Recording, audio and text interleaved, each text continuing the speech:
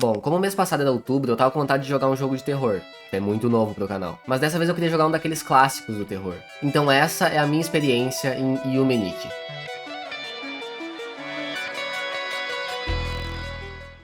Então, quando o jogo começa, a gente tá no quarto dessa menina, que se chama Madotsuki. O quarto é bem normal, a gente pode ir pra sacada, jogar videogame e tentar ver TV. E se a gente tentar abrir a porta, a Madotsuki faz que não com a cabeça. Como não tem muito o que fazer, a gente vai dormir, e aqui o jogo começa.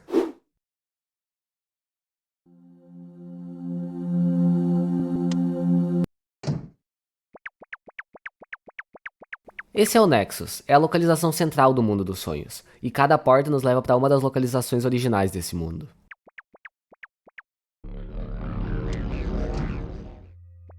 Esse é o mundo das poças. Ele é um mapa com poças d'água que refletem um céu escuro e nublado e alguns postes de luz.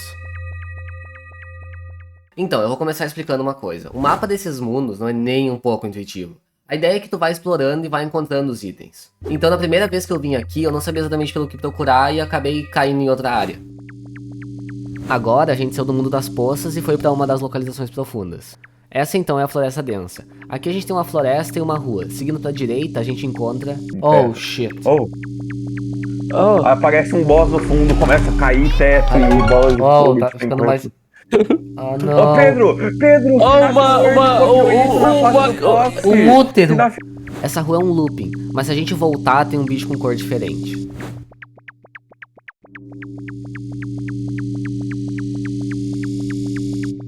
Indo pra esquerda, a gente encontra uns cones de trânsito e o corpo de um homem atropelado. Interagindo com ele, a gente ganha o nosso primeiro efeito, o de semáforo.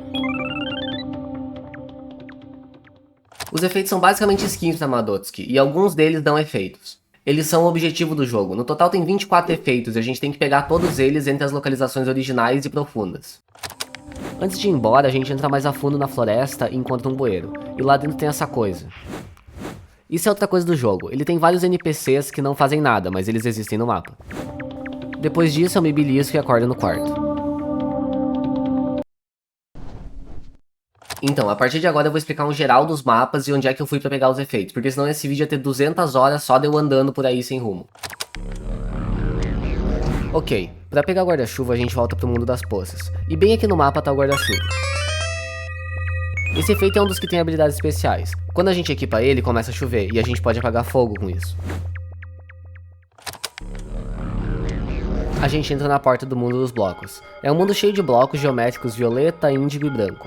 Os blocos são vistos de uma perspectiva isométrica, o que faz ser muito difícil de mexer lá dentro. Além disso, no chão desse mapa tem um detalhe que a gente vai ver com frequência no jogo: imagens indígenas. Elas provavelmente aparecem nos mapas por amadores que em certo ponto tem algum interesse por elas ou talvez até uma descendência dessas culturas, tendo até um tapete com desenhos da cultura Nazca no quarto dela. No caso desse mapa, a gente vê o macaco asteca no chão, e no Nexus a gente vê os homens voadores, que são imagens comuns em tecidos funerários da cultura Paracas. Mas então, andando pelo mundo dos blocos, eu achei uma cama.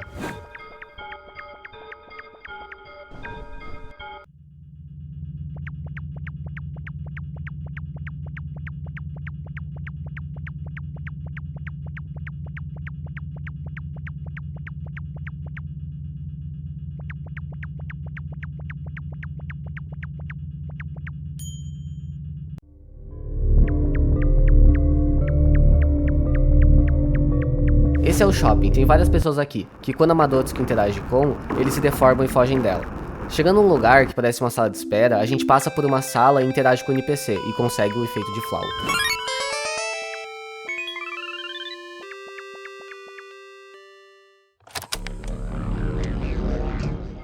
Dessa vez a gente entra no mundo dos blocos e não deita. Andando por ali a gente encontra outro efeito, o de chapéu e cachecol.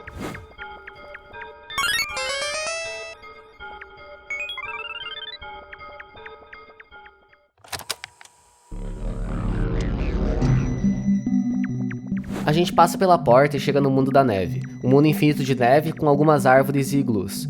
Andando por esse mundo a gente encontra a Mulher da Neve e consegue o efeito, que nos transforma nela.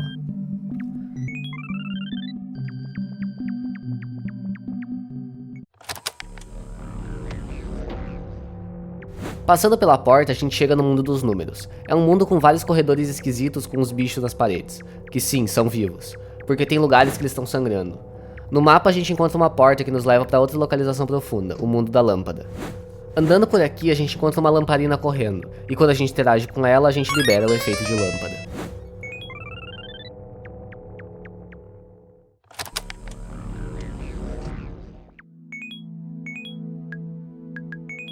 Agora que a gente tem a lâmpada, a gente pode entrar no mundo escuro. O mapa é todo escuro e só dá pra ver se tu equipar o efeito de lâmpada.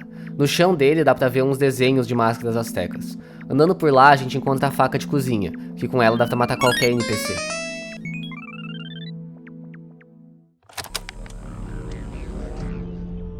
Agora a gente vai pro mundo dos olhos. Nele tem um monte de olhos arrancados e braços saindo do chão e uns NPCs que parecem fantasmas, com sangue saindo deles. Além disso, no chão aparecem seres dos sonhos ou espíritos dos sonhos, que são imagens da cultura Paracas que aparecem em sonhos ou pesadelos carregando a cabeça do sonhador, para significar uma certa autoconsciência dentro do sonho. Além disso, a cobra saindo pela boca dele significa o mal saindo dessa pessoa. Andando pelo mapa, uma das mãos tem um olho na palma. Interagindo com ela, a gente libera o efeito de palma do olho. E com ele a gente pode se teleportar quando quiser pro Nexus.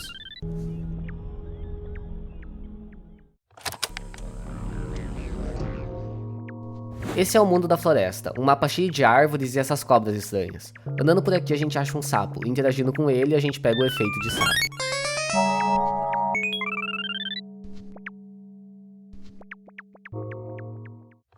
Ainda no mundo da floresta, a gente passa por esse portal e chega na praça de carpete facial. Ali a gente interage com esse cara e chega no inferno. O inferno é um labirinto vermelho gigante, e seguindo por ele a gente chega na parte B das docas, e passando por elas a gente encontra esse NPC, que nos dá o efeito de engordar.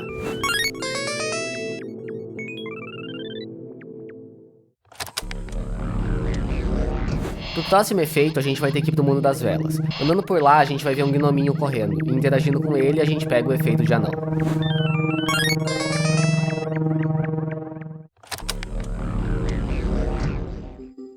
Esse é o mundo neon, um labirinto com várias salas menores e várias luzes coloridas. Além disso, esse mapa, diferente dos outros, tem vários NPCs circulando.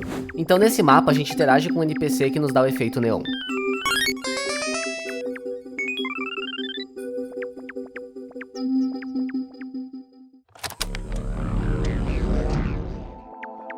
Esse é o mundo dos murais. Nele tem vários murais com desenhos.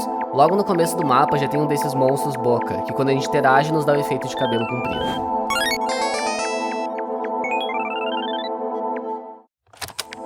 Andando mais um pouco a gente encontra outro desses monstros, dessa vez com cabelo loiro, que nos dá o efeito de cabelo loiro.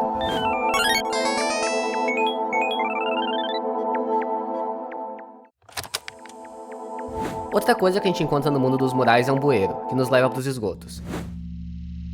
Indo bem para a esquerda do mapa, a gente encontra um NPC, que quando a gente interage nos dá o efeito de fantasma sem rosto.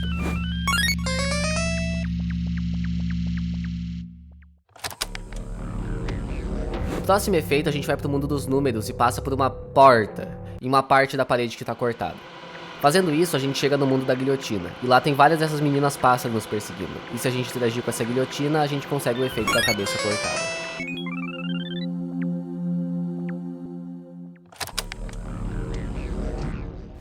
A gente entra de novo no mundo escuro e lá passa por um portal para chegar no deserto. Esse mapa, como o nome indica, é um deserto gigantesco, e andando por ele a gente encontra um NPC, interagindo com ele consegue o efeito de toalha.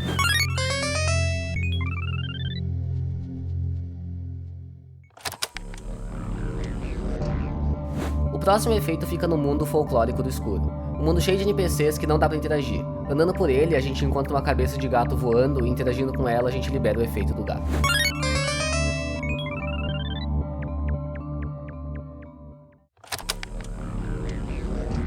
Esse é o mundo do grafite, um mundo cheio desses tiles coloridos. E se olhar o mapa de cima, os tiles formam um macaco sorrindo e um tipo de peixe com cara de assustado.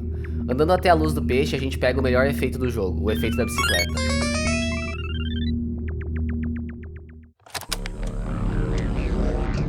No próximo efeito, a gente vai pro mundo das velas. Dentro dele, a gente deita em uma cama e chega na escadaria das mãos. Descendo ela, a gente chega no shopping e indo pra esquerda tem um incêndio. Para apagar o fogo, a gente equipa o efeito de guarda-chuva e quando o fogo apaga, a gente entra em uma sala e nela tem outro monstro boca.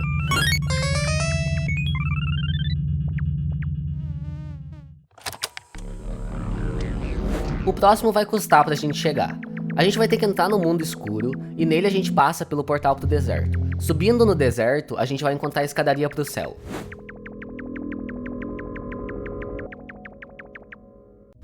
No topo dela tem o Jardim do Céu, onde dá pra ver a cidade de cima.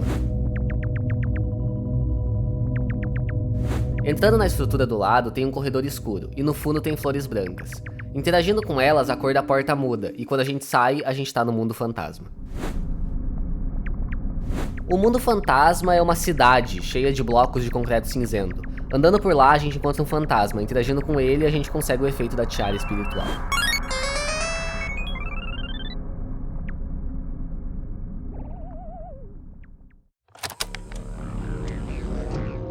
O próximo efeito também vai nos levar longe. Então a gente entra no mundo da floresta e passa pela passagem que leva para a praça do carpete facial. Por ela, a gente entra no inferno. No inferno, a gente passa por um portal que nos leva para as árvores densas. E andando por esse mapa, a gente chega no vagão de trem. Se a gente esperar um tempo nele, a gente chega onde está o nosso efeito, a Ilha das Bruxas.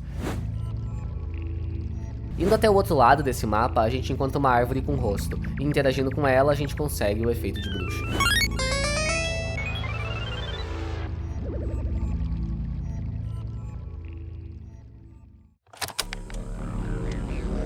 Esse efeito aqui também não é brincadeira de pegar. Pra ele, a gente tem que entrar no mundo folclórico do escudo, e nele a gente passa por um portal, que nos leva para um mapa estático, que passando por ele nos leva pra casa FC. Dentro da casa tem um labirinto, e seguindo por ele a gente consegue o efeito de demônio.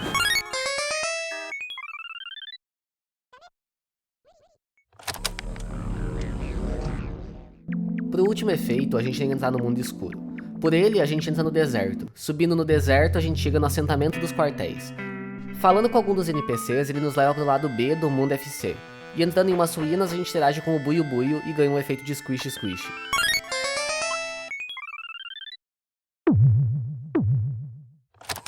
Agora que a gente tem todos os efeitos, a gente vai pro Nexus e coloca eles ali, em ovos.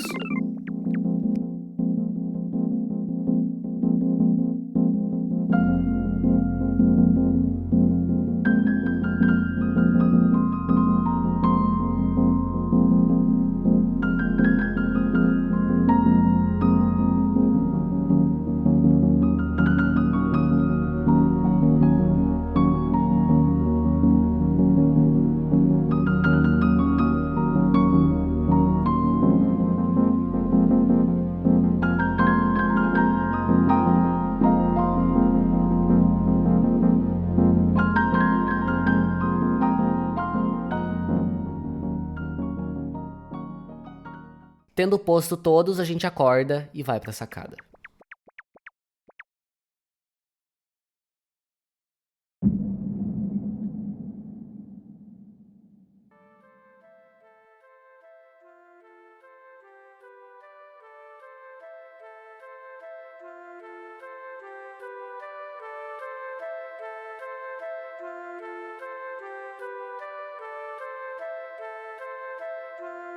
Então, pra começar, quem é a Madotsuki?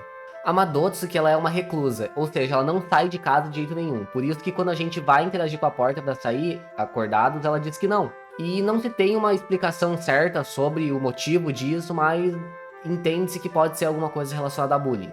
Essa ideia vem do fato de que o único NPC que realmente ataca a Madotsuki serem aquelas meninas pássaros, que andam em grupos, são mais altas e se vestem melhor que a Madotsuki.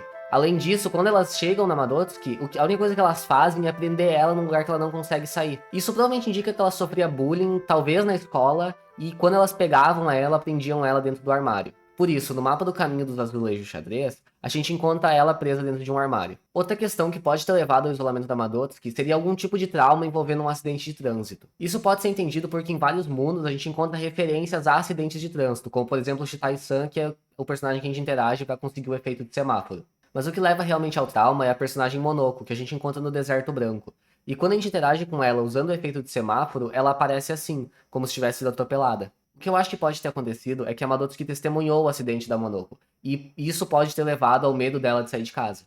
Outro tema muito comum no jogo é a questão da aparência. Muitas pessoas teorizam de que a Madotsuki não gostava do próprio corpo. E além disso, muitos personagens dentro do jogo possuem estrabismo, o que leva a crer que talvez a própria Madotsuki tivesse estrabismo e por isso ela passa o jogo inteiro de olho fechado. E além disso, um dos personagens estrábicos é o Masada Sensei, que é um professor da Madotsuki. Ainda sobre ele, é entendido que ele era uma figura de cuidado com a Madotsuki, porque quando a gente encontra ele na nave dele, é um lugar aconchegante pra Madotsuki, tanto que é um lugar que tem uma cama que ela pode dormir, mostrando como ela se sentia protegida perto dele. E isso pode vir pelo fato dele também ter estrabismo e se ela sentir uma identificação com ele. Seguindo sobre a aparência da Madotsuki, existe outra personagem, a Pônico, que ela vive no Mar Rosa e ela é como a Madotsuki, ela vive presa dentro de casa. Usando o mangá como referência, a Madotsuki ela se pergunta se a Pônico ia querer ser amiga dela. E, pelo comportamento evitativo que ela tem no jogo, a gente entende que não. Mas a gente pode ver que talvez a Pônico era vista pela Madotsuki como um ideal. Porque a Pônico tinha o cabelo rosa e tem o efeito do cabelo rosa. Então algo que a Madotsuki queria ser como ela. Só que em algum momento a Pônico traiu a Madotsuki ou fez alguma coisa ruim pra ela. Por isso que quando a gente apaga a luz, tem uma certa chance dela se transformar no Boa. Que se a gente interagir com ele, ele nos prende em outro lugar. Tudo isso no fim leva a Madotsuki a se atirar do prédio. E até no final existem teorias, assim, que talvez ela não tenha conseguido escapar do mundo dos sonhos, porque no final as águas-vivas aparecem, mas eu acho improvável. Eu acho que as águas-vivas são só uma representação da morte no jogo, porque elas estão sempre perto de personagens que estão mortos, e é só representativo, na minha visão. Mas é isso, eu expliquei o que eu acho que pode ser a história de Yuminiki, mas assim, o legal do jogo é o fato de que a comunidade pode criar a história que achar que faz mais sentido, porque o jogo é totalmente interpretativo. Então é isso, espero que tenham gostado do vídeo, não esqueçam de curtir e se inscrever, e até a próxima.